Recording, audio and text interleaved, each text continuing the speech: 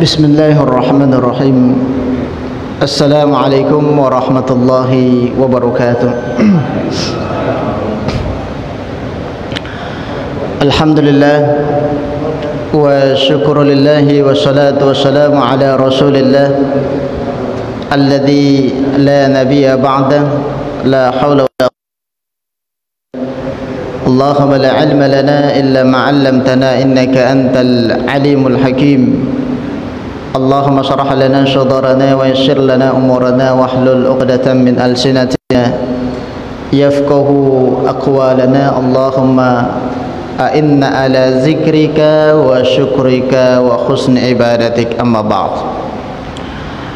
Ma'asyiral muslimin, bapak-bapak dan juga ibu-ibu, para alim ulama, tokoh masyarakat, cerdas pandai, hadirin wal hadarat, jamaah salat maghrib yang dimuliakan oleh Allah Subhanahu wa taala. Alhamdulillah, kembali kita mengucapkan puji dan syukur ke hadrat Allah Subhanahu wa taala, yang mana pada malam hari yang berbahagia ini kita masih bisa melaksanakan sebuah kewajiban kita, yaitu salat fardu secara mudah-mudahan kita selalu memohon dan bermunajat kepada Allah. Apa yang telah kita lakukan senantiasa dijadikan sebagai amal soleh di sisi Allah Subhanahu wa taala. Amin ya rabbal alamin. Dan juga sebuah keistimewaan bagi kita setelah selesai menunaikan ibadah salat maghrib, seraya masih bisa membagi daripada kesibukan kita untuk duduk sejenak di majelis ilmu ini, seperti halnya yang pernah diceritakan dan juga ditawarkan sebuah amal soleh oleh Rasulullah sallallahu alaihi wasallam kepada para sahabatnya ketika itu. Maka apa kata Rasulullah? Ya ashabi, wahai sahabatku, ala ukhbirukum ala amalin in amaltahu yamhullahul khataya wa yudha'iful hasanati wa yarfa'ud darajat.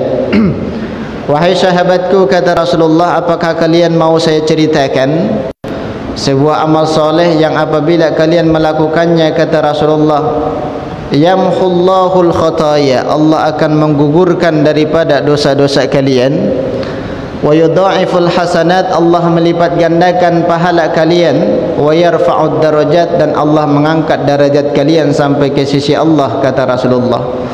Maka ketika para sahabat mendengarkan tawaran ibadah seperti itu, otomatis mereka memberikan tanggapan ataupun jawaban terhadap apa yang telah diceritakan ataupun ditawarkan oleh Rasulullah. Qalu Rasulullah, tentu tidak, kami mau mendengarkannya. Ibadah apa itu ya Rasulullah? Maka apa kata Rasulullah sallallahu alaihi wasallam? Yang pertama adalah isbagul wudu' indal makari, selalu menjaga air wudu kita. Kemudian yang kedua, wa kasratul khutta ilal masajid, memperbanyak langkah menuju masjid, baik melakukan kebaikan di sisi Allah Subhanahu wa taala. Maka setiap langkah kalian, kata Rasulullah, Allah akan jadikan sebuah ibadah yang dapat menggugurkan dosa kalian, melipat gandakan pahala kalian, dan juga mengangkat derajat kalian sampai ke sisi Allah. Dan yang ketiga adalah intizarus salati ba'das salah. Setelah selesai ibadah solat kita tunaikan, seraya menunggu solat yang akan datang, kita menunggu di dalam masjid itu, dan kita memanfaatkan waktu itu untuk menambah wawasan keagamaan kita. Maka apa kata Rasulullah di riwayat yang lain? Fadzalikumur ribat, dzalikumur ribat, dzalikumur ribat. Itu adalah kebaikan yang mengikat, sebuah kebaikan yang mengikat untuk kalian, kata Rasulullah. Maka sering kita sampaikan di riwayat yang lain, Nabi menyampaikan barang siapa yang berwuduk di dalam rumahnya kemudian masuk ke rumah ibadah, maka mereka diibaratkan seperti halnya orang yang menunaikan solat, diberikan pahala seperti halnya orang yang menunaikan ibadah solat di dalamnya. Padahal kita tidak solat di dalamnya, Pak. Kita hanya duduk diam kemudian saling memberikan nasihat satu sama lain. Maka diibaratkan oleh Allah, diberikan pahala kepada mereka tak ubahnya seperti orang yang menunaikan ibadah solat. Ini keistimewaan yang luar biasa. Hadirin wal hadirat jamaah solat maghrib yang dimuliakan Allah. Kemudian salawat beriringkan salam senantiasa kita hadiahkan ke junjungan kita, yaitu Rasulullah sallallahu alaihi wasallam yang berlafazkan Allahumma shalli ala sayyidina Muhammad wa ala ali Muhammad. Assalamu alayka ya Rasulullah. Salah satu penyempurna di dalam penyebutan daripada solawat itu, kata Rasulullah, harus diiringi dengan ucapan salam kepadanya. Kalau kita sering mendengarkan bacaan daripada ayat Al-Quran yang dikumandangkan oleh seorang muazzin sebelum ia mengumandangkan azannya, innallaha wa malaikatahu yusholluna 'alan nabi, sesungguhnya Allah beserta malaikatnya juga bersolawat kepada Rasulullah. Tapi bentuk daripada solawat itu Pak berbeda dengan manusia. Kalau solawat kita kan Allahumma sholli ala Muhammad wa ala ali Muhammad. Kalau solawatnya Allah beserta malaikatnya berbeda. Seperti apa lafaz daripada solawatnya tidak dijabarkan oleh para ulama kita. Jawabannya adalah wallahu a'lam. Bagaimana bentuk daripada solawatnya Allah diberikan kepada khairul anbiya, yaitu Rasulullah sallallahu alaihi wasallam.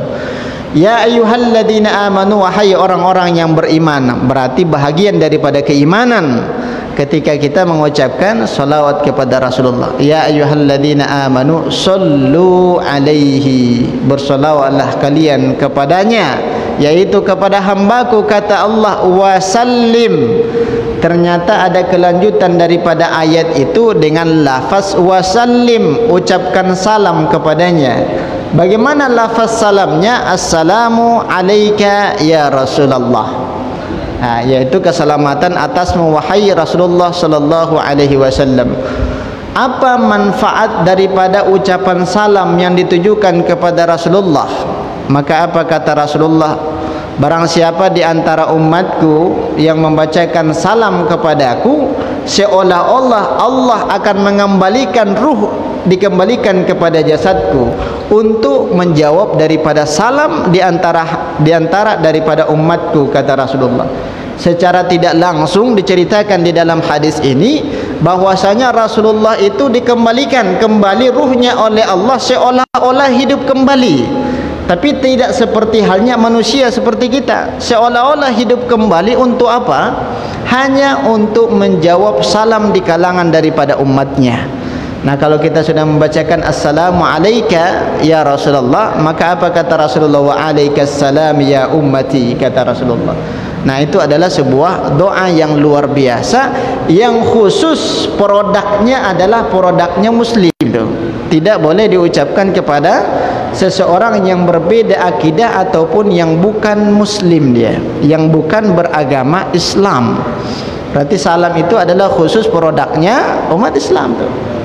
Tapi Bapak Ibu jamaah salat maghrib yang dimuliakan Allah, insyaallah pada malam yang berbahagia ini kita akan melanjutkan kajian kita, yaitu melanjutkan daripada beberapa hal yang berkaitan dengan kandungan hadis Rasulullah sallallahu alaihi wasallam, seperti halnya yang ditanyakan oleh orang tua kita ataupun ketua kita pada pertemuan yang lalu. Kita menjabarkan beberapa hadis ya terkait dengan masalah al-mughayyirati li khalqillah, yang berkaitan dengan perubahan-perubahan daripada apa yang telah diciptakan oleh Rasulullah sallallahu alaihi wasallam. Tapi Bapak Ibu yang dimuliakan Allah, hadis yang pertama diceritakan oleh salah seorang sahabat bernama Abdullah ibnu Mas'ud. Abdullah ibnu Mas'ud ini adalah salah seorang yang menobatkan dirinya sebagai seorang muslim dan juga bersedia menjadi pelayannya daripada Rasulullah. Berarti Ibnu Mas'ud ini pelayan daripada Rasulullah. Apa yang dibutuhkan oleh Rasulullah ia berikan. Ketika Nabi hendak berangkat musafir, ia persiapkan apa yang dibutuhkannya. Diibaratkan oleh para ulama kita antara Ibnu Mas'ud dengan Rasulullah tak ubahnya seperti benang dan layang-layang. Tidak bisa dipisahkan. Layang-layangnya dinisbatkan kepada Rasulullah, benangnya itu adalah Ibnu Mas'ud. Kemana Nabi, maka Ibnu Mas'ud ada di situ, karena siap melayani ya ruh ataupun mungkin yang dibutuhkan oleh Rasulullah ketika itu. Maka wajar banyak hadis yang diceritakan oleh Ibnu Mas'ud sendiri. Tapi Bapak Ibu yang dimuliakan Allah, sampai-sampai Ibnu Mas'ud ini diberikan kunyah sebagai penamaan sahibus sirri, sahabat yang menjaga rahasia. Kenapa dijaga rahasianya oleh Ibnu Mas'ud? Saking kedekatan mereka tidak ada batas lagi itu. Nah, kalau kita bersama kawan ataupun sahabat kita Pak, 1 tahun 2 tahun itu pasti ketemu aibnya itu. Tapi sahabat yang baik itu adalah enggan untuk menceritakan aib daripada saudaranya kepada orang lain. Inilah yang dilakukan oleh Ibnu Mas'ud sehingga dinisbatkan sebagai sahibus sirri, sahabat yang selalu menjaga daripada rahasia-rahasia yang ada di dalam kepribadian Rasulullah sallallahu alaihi wasallam. Sampai pernah diceritakan oleh sahabat yang lain, Ibnu Mas'ud ini pernah tidur satu kamar dengan Rasulullah. Nah, sampai saking seperti itu dekatnya antara Ibnu Mas'ud dengan Rasulullah.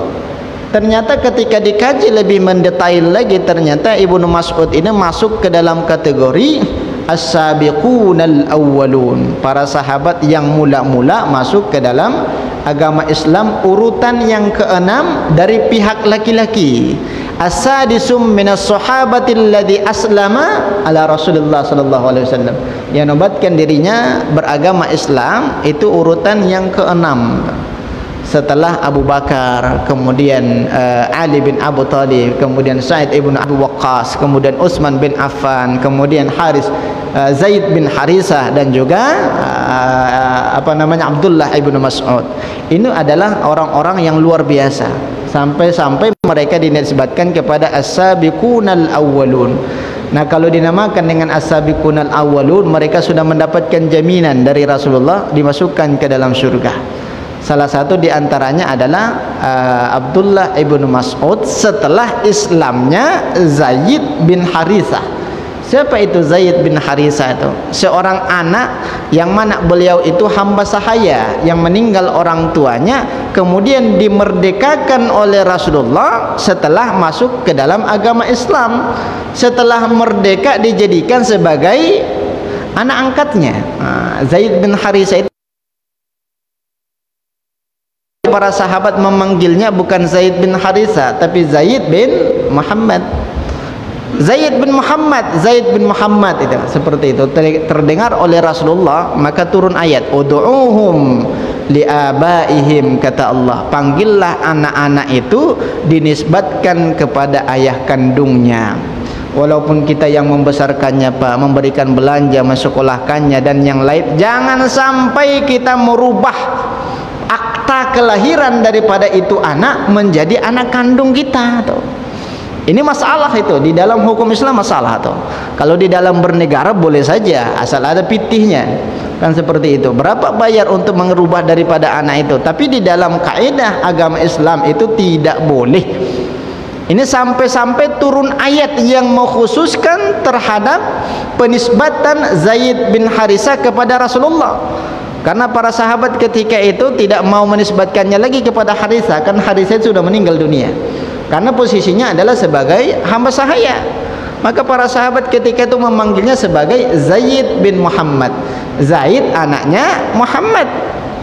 Maka turun teguran daripada Allah Subhanahu wa taala dinisbatkan ataupun disampaikan kepada para sahabat ketika itu. Tidak boleh dipanggil Zaid bin Muhammad, akan tetapi pemanggilannya tetap menjadi Zaid bin Harisah. Seperti itu. Kalau kita telusuri di lapangan ini Bapak Ibu, banyak di antara orang tua yang ngotot agar dia dijadikan sebagai ayah kandungnya. Ini masalah ini. Masalah. Apa masalahnya? Karena di dalam agama Islam ada yang dinamakan dengan anak angkat. Anak angkat itu tidak pernah menjadi bahagian daripada mahram kita. Kalau dia laki-laki ini nantinya sudah dewasa, maka tidak boleh nampakkan ataupun terlihat aurat daripada ibu angkatnya, padahal ibunya itu tidak boleh itu. Nah, karena mereka ini bahagian daripada ajnabi, bukan mahram. Seperti itu. Tapi Bapak Ibu yang dimuliakan Allah Subhanahu wa taala, kembali kepada permasalahan Abdullah bin Mas'ud tadi.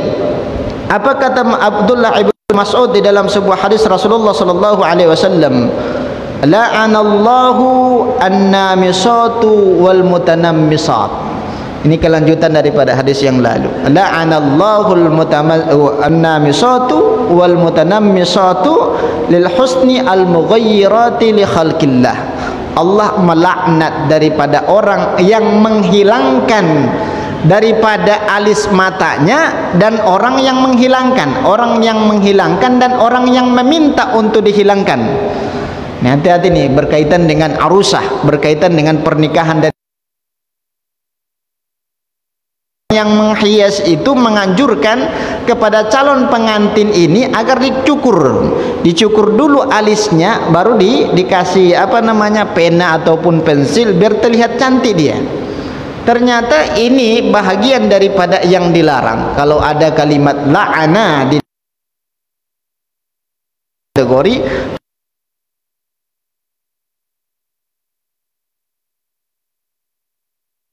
wal mutanammisat, orang yang dicukur dan orang yang meminta untuk dicukur, berarti dua-duanya kena. Bagian daripada yang menghilangkan dan merubah daripada ciptaan Allah Subhanahu wa taala. Berarti ke depan mungkin kalau kita lihat flashback ke belakang, ini pernah kita lakukan, baik yang mungkin istri dan anak kita. Ke depannya, karena kita sudah tahu hukumnya seperti apa, ini dilarang. Ittifaq di kalangan para ulama, tidak ada yang membolehkan satupun itu. Itu kesepakatan di kalangan para ulama terhadap orang yang mencukur ataupun menghilangkan alis. Menghilangkan alis itu kan bukan bulu ya, tapi yang di atasnya ini dinamakan dengan al-hajib, alis mata. Ini tidak diperkenankan untuk dihilangkan. Tapi kalau bulu mata itu boleh dikasih warna, bahkan itu sunnah. Kahlun, celak. Ini kebiasaan orang Arab ataupun mungkin guru-guru kita dari jamaah tabligh. Ini sering menggunakan celak, ataupun mungkin guru-guru kita dari jamaah yang lain. Itu ternyata bahagian daripada yang disunnahkan. Pernah disinggung oleh Rasulullah sallallahu alaihi wasallam, yang mana kondisi daripada umat manusia di padang mahsyar itu panasnya luar dengan matahari hanya satu hasta, tapi kahlun di situ tonggak yang terbiasa digunakan untuk celak. Ini kebiasaan orang Arab. Berarti kurang lebih satu jengkal, paling panjang itu satu hasta. Berarti kalimat yang kita ambil daripada hadis itu adalah tonggak ataupun tiang yang digunakan orang Arab ketika memberikan celak ke matanya. Ini disunnahkan itu.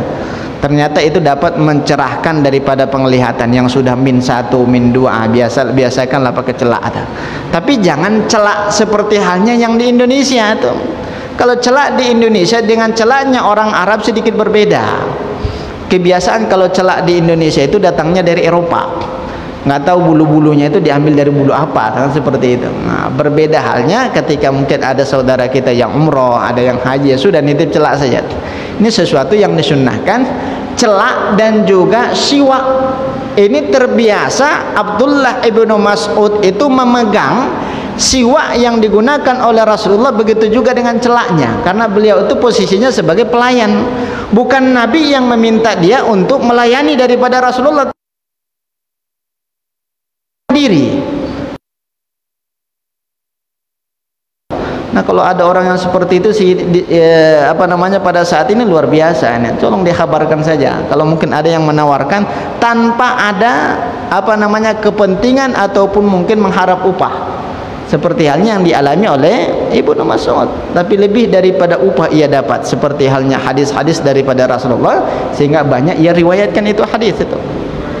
Maka ini adalah termasuk bahagian daripada al-mughayyirat. Bapak Ibu yang dimuliakan Allah Subhanahu wa taala, menindaklanjuti ataupun mungkin membacakan sebuah hadis Rasulullah sallallahu alaihi wasallam tentang ini as-saib. Nah, apa yang dinamakan dengan saib? Saib itu adalah rambut yang sudah berubah warnanya dari hitam menjadi putih. Ini yang dinamakan dengan saib.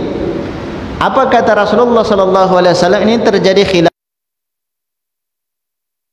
ulama, boleh atau tidaknya merubah warna rambut menjadi hitam ataupun warna-warna yang lainnya. Tapi Bapak Ibu yang dimuliakan Allah Subhanahu wa taala, itu yang dinamakan dengan isbaq. Isbaq itu kan perubahan.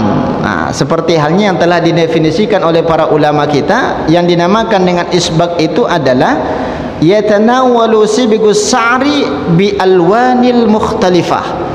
Merubah daripada warna rambutnya dengan warna yang berbeda-beda. Apakah dia warna pirang, apakah dia warna ungu, apakah dia warna biru ataupun warna-warna yang lainnya. Ini yang dinamakan dengan isbaq. Dan juga terjadi perbedaan pandangan di kalangan para ulama terhadap pembolehan daripada yang tidak boleh warna dari putih satu pun ulama yang membolehkan. Minimal ada ulama dari kalangan Imam Abu Hanifah makruh litanjih, yaitu makruh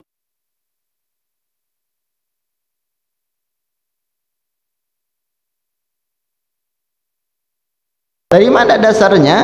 Ini diceritakan di dalam sebuah hadis Rasulullah sallallahu alaihi wasallam, yang mana ketika itu salah seorang sahabat bernama Jabir bin Abdullah.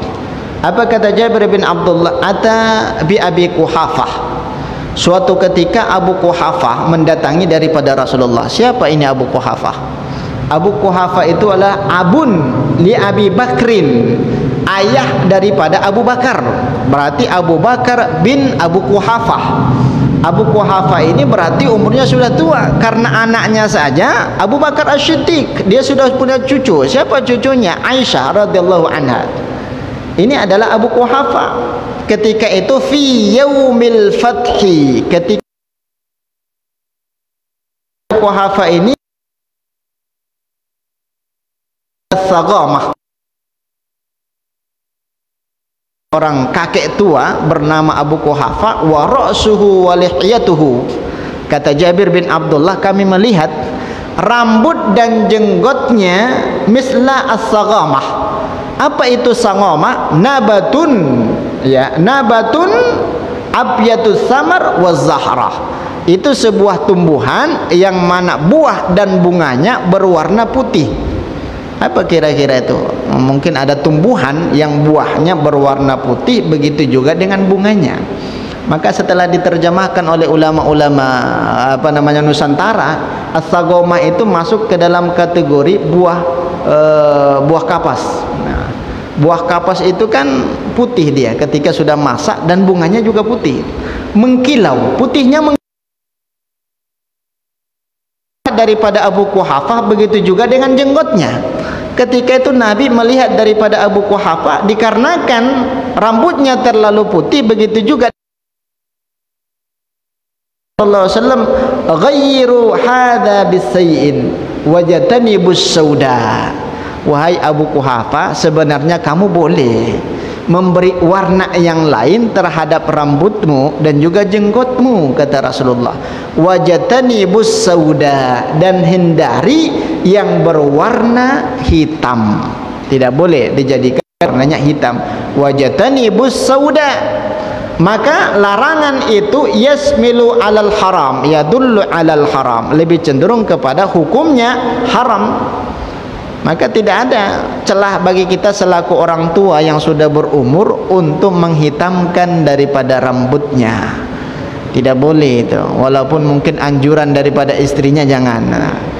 Nah, saya sepertinya lebih ganteng dek ketika sudah beruban seperti ini kan gitu. Makin tua makin jadi kan seperti itu. Nah, itu kalau laki-laki, berbeda halnya dengan perempuan. Kalau laki-laki itu tidak ada masa expire, itu nggak ada. Kurang lebih 50 tahun.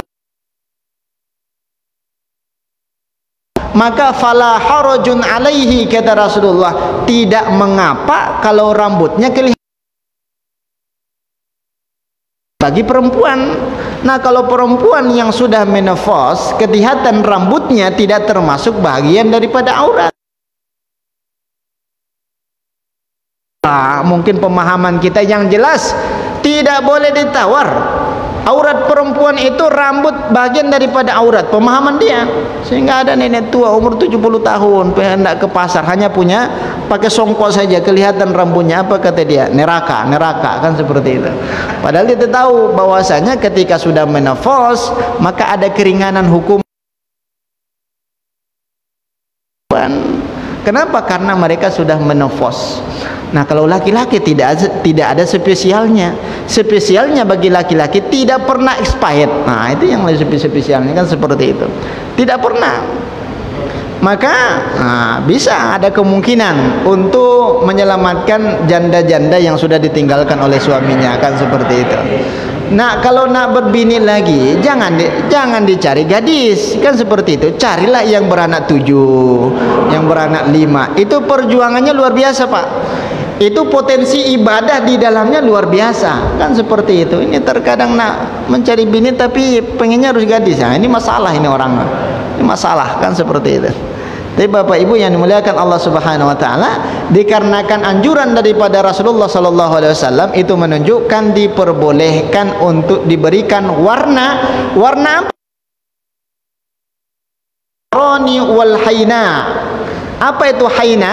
Haina itu warna pirang, seperti halnya warna yang diletakkan di kuku seorang perempuan yang hendak menikah. Itu namanya haina. Berarti ada warna pirang, inai. Nah, berarti warnanya kan kepirang-pirangan itu. Berarti kalau warna rambutnya hitam boleh dipirangkan, dengan syarat dia mempirangkan bukan seperti itu. Kenal Pak Bolut ini? Nah, itu pemain bola di A9 dulu. Kalau sekarang tak tahu di mana lagi. Nah, itu dipirang rambutnya. Nah, kalau kita mencontoh rambutnya Nasrani seperti itu, bukan sunnah, tapi tidak boleh. Kita menisbatkan ataupun tasabbuh ala al-Yahud, menyerupai daripada orang-orang Yahudi. Nah, kenapa dulu orang Yahudi dulu mereka itu, kita ya sudah putihkan lagi. Kalau sudah terlanjur dicat itu kan nunggu tumbuh, kan seperti itu. Yang tidak boleh itu kan merubah warna, ya, dan juga natfus sayyib. Begitu juga dengan mencabut uban. Merubah warna uban kepada warna hitam ataupun mencabut uban tidak boleh. Apa kata Imam An-Nawawi? Imam An-Nawawi ini kan bahagian daripada mazhab Syafi'iyah itu. Faqala fi mashabina sawa'un kana 'ala ar-rajuli aw 'ala al-mar'ah. Sama ada ia atas perempuan ataupun laki-laki, hukumnya sama, tidak boleh. Ya, terkadang kan dulu orang tua kita ketika sudah banyak uban, apa katanya dia? Nak, tolong carikan 2 padi. Padi. Nah, untuk apa itu? Ternyata untuk memudahkan kita itu 2 disatukan di rambut itu untuk memudahkan untuk dicabut. Itu disuruh untuk mencabut daripada ubannya. Ternyata itu tidak boleh. Sekarang kita sudah faham hukumnya seperti apa, masuk ke dalam kategori makruh, walaupun mungkin ada yang mengharamkan. Lebih baik dibiarkan, ya. Kenapa dibiarkan? Karena uban itu menunjukkan kepada aura keberkahan seorang laki-laki ataupun seorang perempuan. Maka apa kata Rasulullah sallallahu alaihi wasallam? Man lahu sayyibun, barang siapa yang memiliki uban, satu helai rambut, falahu ajrun, maka baginya 1 pahala. 1 pahala, dan dihapuskan dosanya 1 dosa. Dan juga diangkat derajatnya 1 hasta ataupun 1 derajat dibandingkan orang yang lain. Ini keistimewaan orang yang beruban itu. Nah, kalau pengen mendapatkan pahala yang seperti itu, rambutnya sekarang hitam, ubankan itu. Nah, pirangkan seperti itu, nggak ada masalah. Karena untuk memperoleh ibadah di dalam hadis Rasulullah sallallahu alaihi wasallam. Ketika itu Nabi mendatangi sebuah kaum, ini kaumnya itu beragama Islam itu. Ternyata mereka masih terbiasa mencontoh daripada perilaku Orang-orang Yahudi itu, apa yang dilakukan oleh orang Yahudi? Merubah daripada warna rambutnya menjadi hitam. Ketika didatangi oleh Rasulullah, para sahabat ini terlihat oleh mereka, terlihat oleh Rasulullah, oh ternyata pemuda-pemuda ataupun mungkin orang tua di dalam komplek itu sudah sepakat untuk merubah daripada ubannya. Maka ditanya oleh sahabat, ya Rasulullah, emang seperti apa pandangan hukumnya di dalam agama kita terkait dengan orang yang merubah ubannya menjadi hitam? Maka apa kata Rasulullah sallallahu alaihi wasallam? Sesungguhnya di dalam satu helai rambut yang sudah ubanan, kata Rasulullah, falahu nurun fi yaumil qiyamah, maka akan memancarkan satu cahaya di dalam surga. Nah, kalau kalian mau memadamkan cahaya rambut kalian, kata Rasulullah, itu kan menunjukkan bahwasanya itu adalah larangan, tapi masih ada yang melakukan, ngeyel mereka.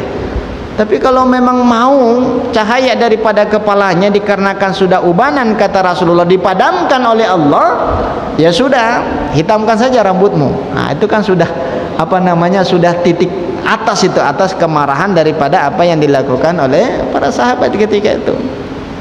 Maka tidak boleh dilakukan hal yang sedemikian seperti halnya yang telah disampaikan oleh Rasulullah sallallahu alaihi wasallam, sama ada ia dari pihak laki-laki ataupun dari pihak perempuan, seperti itu. Tapi wallahu alam bishawab. Mungkin masih ada hal-hal yang perlu kita diskusikan beberapa pekan ataupun bulan yang lalu, mungkin karena tidak ada waktu ya. Sekarang kita berikan waktu yang cukup panjang ya, Syekh Ali. Oh, silakan.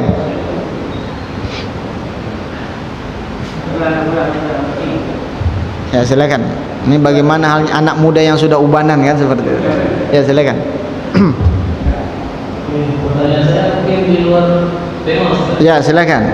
Apakah mau itu menurunkan jari waktu salam? Sama pandangan waktu salam itu mana? Ke bawah kita atau ke bawah teman sebelah atau ke mukanya? Sama pertanyaan kedua, amalan apa yang bisa membuat kita masuk surga, Firdaus tanpa hisab dan tanpa azab? Berat ini, berat.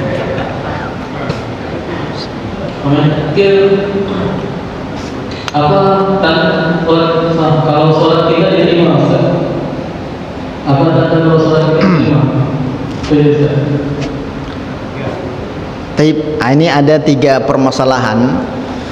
2 diantaranya sangat berat, ya, berkaitan dengan amalan yang menunjukkan kepada dimasukkannya kita ke dalam surganya Allah Subhanahu wa taala, dan tanda-tanda bahwasanya solat kita diterima oleh Allah atau tidak, kan seperti itu. Tapi permasalahan yang pertama itu berkaitan dengan tasahud, ya, tasahud akhir, yaitu ketika membacakan at-tahiyatulillah ini. Maka apa kata Rasulullah sallallahu alaihi wasallam? Dengan menggunakan tangan kalian. Nabi tidak menceritakan secara mendetail apakah jari telunjuk kita digerak-gerakkan atau tidaknya. Disinilah terjadi, ya, khilafiyah di kalangan para ulama terkait dengan pelaksanaan tasahud itu. Ada di antara orang tua kita ketika dia bertasahud digerak-gerakkan jari telunjuknya. Ada yang didiamkan. Setelah ditelusuri di dalam ilmu fikih, ini ternyata sudah dijelaskan oleh para ulama kita dulu, ya, ulama-ulama mazhab, seperti halnya Imam Abu Hanifah, kemudian Imam Malik, Imam Syafi'i, dan juga Imam Ahmad bin Hanbal. Ada yang mengatakan ketika bertemu kalimat Allah barulah digerakkan. At-tahiyatul mubarakatus sholawatut thayyibatu lillah. Ketika mengucapkan asyhadu an la ilaha illallah wa asyhadu anna muhammadar rasulullah, ketika ada kalimat Allahnya barulah digerakkan.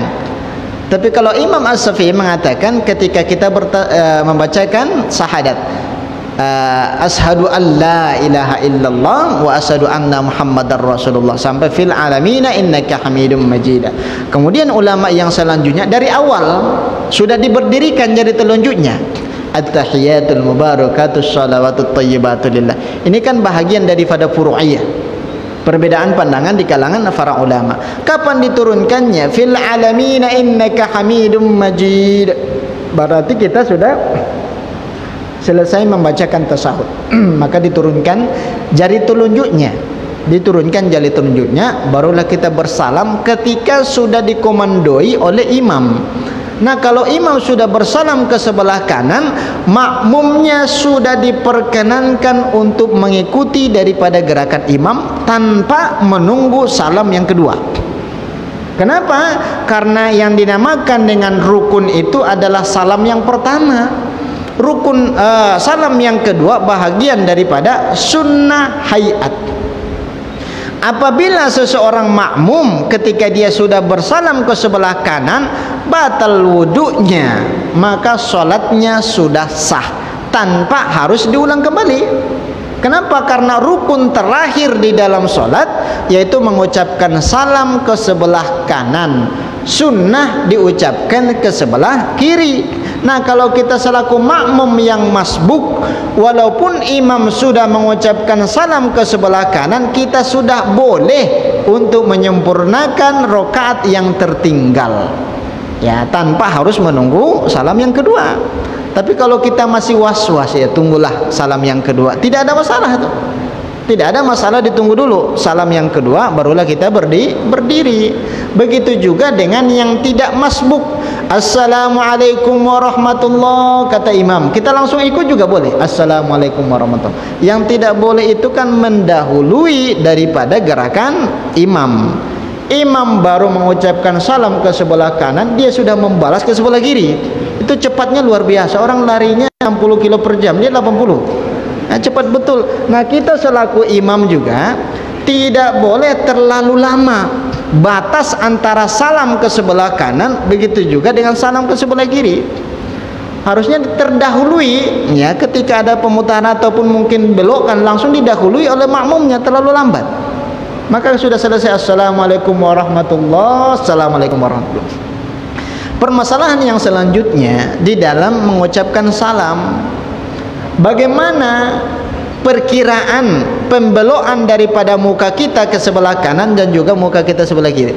Maka apa kata Rasulullah sallallahu alaihi wasallam? Ini pernah dicontohkan oleh Rasulullah, sehingga disampaikan oleh para sahabat kita ketika mengucapkan salam cukup kelihatan bayang-bayang daripada muka saudara kita di sebelah kanan, ya. Maka apa kata sahabat ini? Saya sudah bisa melihat pancaran daripada aura uban yang ada di jenggot daripada sahabatku yang sebelah kanan, kata sahabat ini. Ini kan sudah nampak ubannya, kebetulan berarti tidak diwarnai hitam, nah kan seperti itu, ubanan jenggotnya. Assalamualaikum warahmatullahi. Sudah nampak betul bayang-bayangnya, baru dibalas ke sebelah kiri. Jangan mencari kesempatan di dalam kesempitan itu.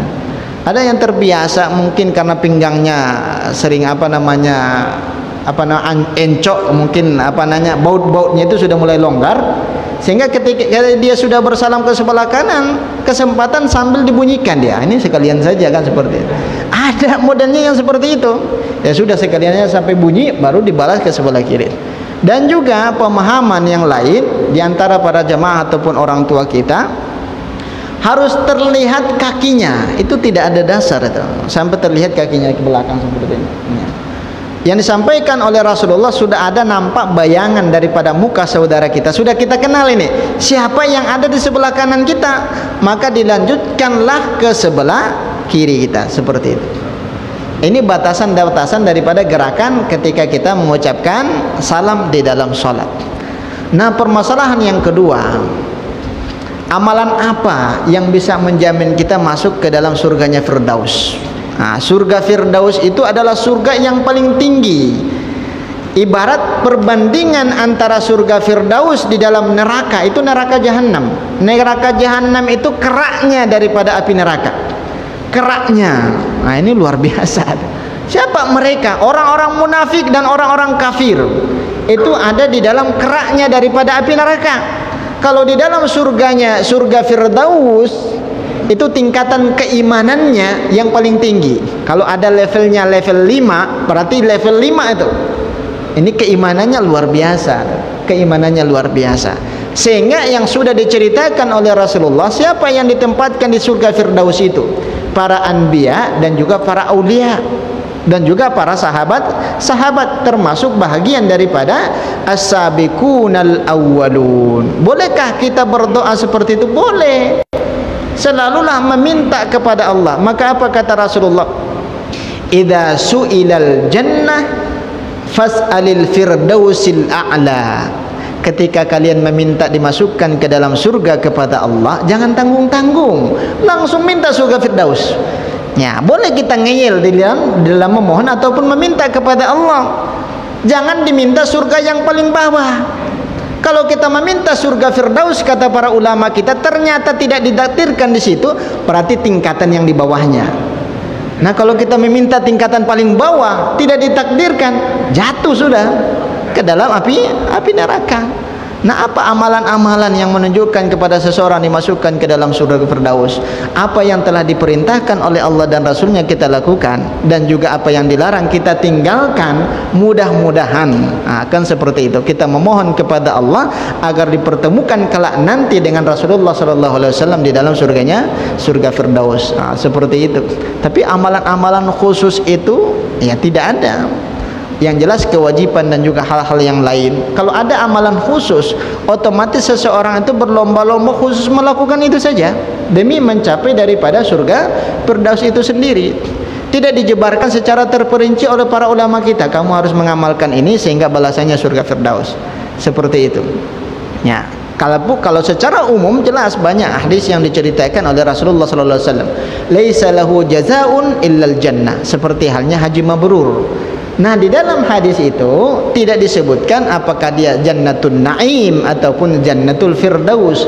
Tidak ada balasan yang sepantasnya diberikan kepada jamaah haji, apakah mereka sudah berangkat ataupun tertunda, meninggal dunia dia, maka mereka itu sudah mendapatkan pahala haji, Pak. Sudah mendapatkan pahala haji itu. Apalagi mungkin negara kita kan terkena musibah seperti ini, sehingga kan sudah 2 tahun jamaah haji tidak berangkat. Ternyata orang tua kita ini meninggal dunia, maka mereka itu sudah masuk di dalam catatan malaikat. Si fulan ini termasuk orang yang sudah melaksanakan ibadah haji, tapi dikarenakan umurnya tidak sampai ke situ dan niatnya, begitu juga dengan materi yang sudah ia kumpulkan, maka mereka sudah diberikan pahala seperti halnya orang yang berangkat menunaikan ibadah haji, seperti itu. Ya. Kemudian yang ketiga, ciri-ciri yang menandakan bahwasanya solat kita diterima oleh Allah Subhanahu wa taala. Ini selalu kita memohon kepada Allah, apa yang telah kita lakukan senantiasa dijadikan sebagai ibadah ataupun amal soleh di sisi Allah Subhanahu wa taala. Yang menunjukkan ibadah itu diterima oleh Allah, dijelaskan oleh para ulama-ulama kita, muncul semangat yang luar biasa untuk melakukan ibadah yang sama. Seperti halnya solat maghrib. Ini luar biasa. Kita merindukan datangnya solat isya setelah selesai menunaikan ibadah solat maghrib. Ini yang menandakan bahwasanya solat kita itu betul-betul diterima oleh Allah, sehingga menginginkan ibadah yang lain. Berarti naik level daripada keimanan seseorang. Bukan berarti kita solat maghrib karena terpaksa. Ini nanti kalau saya tidak solat maghrib, ini dilihat oleh tetangga, kok si fulan tidak keluar dari rumahnya. Ini tanda-tanda solat yang terpaksa. Padahal kan kewajiban itu sesuatu yang dibutuhkan oleh ruh kita, Pak. Nah, kalau dilogikakan, lambung kita kan menginginkan asumsi makanan ataupun minuman. Coba kalau kita 2 hari saja tidak makan, tidak minum, itu sakit perut itu. Lemasnya luar biasa. Ternyata ruh itu juga menginginkan makanan, menginginkan asumsi. Apa asumsi yang dibutuhkan oleh ruh? Yaitu ibadah. Nah, kalau kita tidak sholat, ini perasaannya tidak nyaman seperti itu. Allahu Akbar, Allahu Akbar. Kita masih dalam perjalanan itu, tapi perasaan kita tidak nyaman. Ini ciri-ciri orang yang ibadahnya diterima oleh Allah. Terkadang kan orang santai saja di kedai kopi, sudah berlalu, asar sudah berlalu, maghrib sudah berlalu, isya juga sudah berlalu, hampir masuk waktu sholat subuh baru balik ke rumah. Ini ada orang yang seperti itu, sudah mengaji di masjid Sakinah ini, ayo bubar, nyampe ke rumah tidur dia. Bangunnya kapan? Jam 2 siang. Sholatnya kapan? Wallahu alam. Kan seperti itu. Ini model-model orang yang mungkin diistilahkan dengan Islamnya hanya ada di kartu kartu tanda pengenalnya saja, diistilahkan dengan Islam KTP kan seperti itu, dan ibadahnya tidak pernah ia lakukan. Kurang lebih ini adalah contoh yang pertama menandakan ibadah kita diterima oleh Allah, menginginkan ibadah yang lain di waktu yang berbeda, karena kita yakin dan percaya apa yang kita lakukan itu diterima oleh Allah Subhanahu wa taala.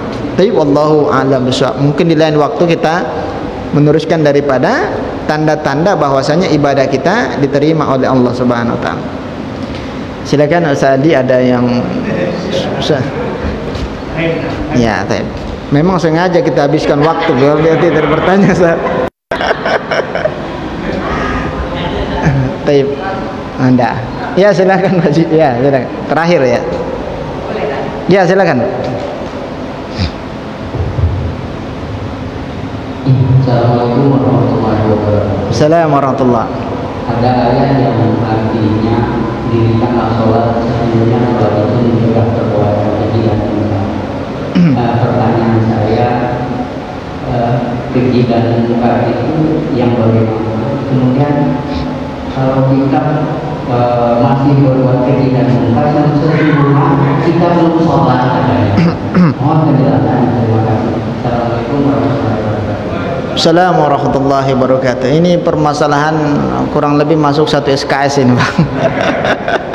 Inna salata tanha anil fahsa'i wal munkar. Sesungguhnya ibadah solat itu bisa mencegah daripada perbuatan yang keji dan perbuatan yang mungkar. Ketika ada orang yang solat ternyata masih melakukan perbuatan yang mungkar, maka itu adalah tanda-tanda solat yang tidak diterima.